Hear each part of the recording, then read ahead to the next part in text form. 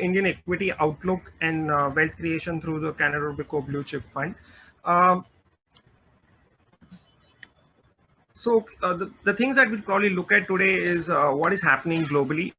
It is a very important aspect to have a proper understanding of what is happening in the world economy. What is happening in India today is very much similar to what is happening outside of our country, and therefore having a cursory look at what is going to happen worldwide will give you a lot of perspectives about what is happening in India. So that we'll spend some time over there. Of course, we'll look at the Indian economy, what is happening here, what are the likely challenges that we are facing, like what are the opportunities that we have, how we are going, what are we doing currently in order to benefit out of it. All of that we'll try and cover here. Of course, whatever happens in the economy has to get reflected in the markets as well. So what part of that is already priced in, what is the likely outlook on the equity markets we'll cover, and of course then we'll cover the fund that we are talking about, the Canada Robeco Blue Chip Fund.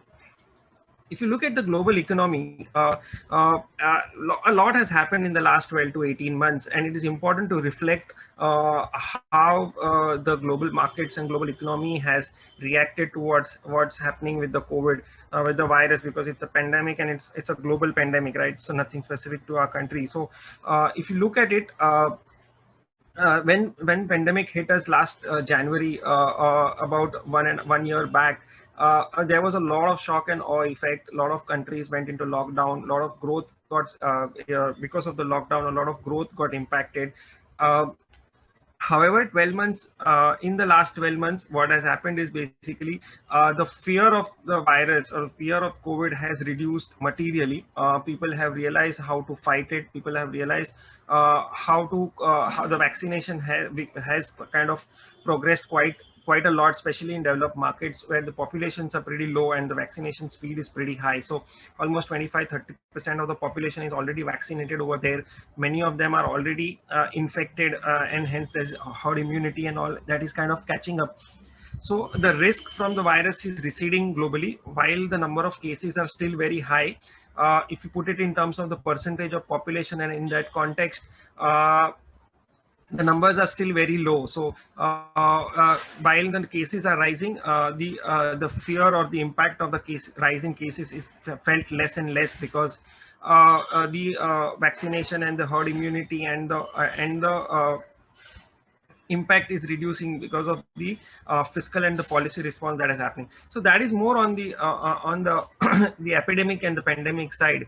But what is more interesting, and what is more interesting to understand, is the response, the policy response that the central banks and the central governments came up with.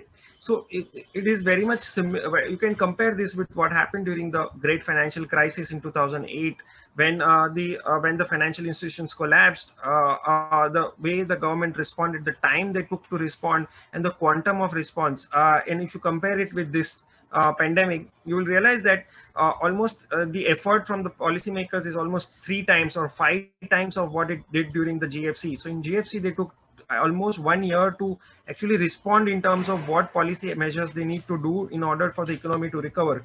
Whereas this time around, within 3 months, we already had a lot of monetary easing from central banks. We had a lot of liquidity infusion into the economies, so that there is no liquidity shortage, and hence the knock-on effect of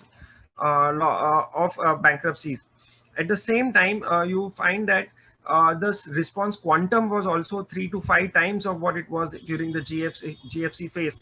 So both these things, what it did was it kind of protected the downside, so to say. You know, the economies did not go in a negative spiral. There was no bankruptcies that were heard of or reported as such. That kind of helped the recovery to be that much more swifter and that much more faster. So today we are in a situation where most of the impact of COVID is behind us. Economic growth is picking up, and the outlook is quite favorable versus what we were actually 6 to 9 months or a year back. So that's a complete U-turn, so to say, of events that have happened. While the pandemic is still there, the outlook has improved quite a lot.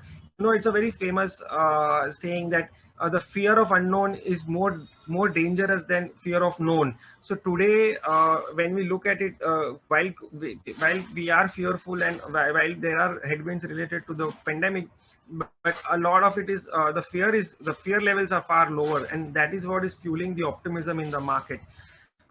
Just to summarize, basically the policy response that the central banks and central governments across US, Europe, and other developed markets have led to a lot of risk on environment in the world. Cost of capital, that is the cost, the so to say the cost of debt and the cost of equity has gone down materially because of the liquidity that is there in the system, and because of lower cost of borrowing, we are seeing this risk on a rally, which is kind of fueled by ability to take risk and ability to lever the balance sheets to take on growth challenges. So this is in summary what has happened worldwide.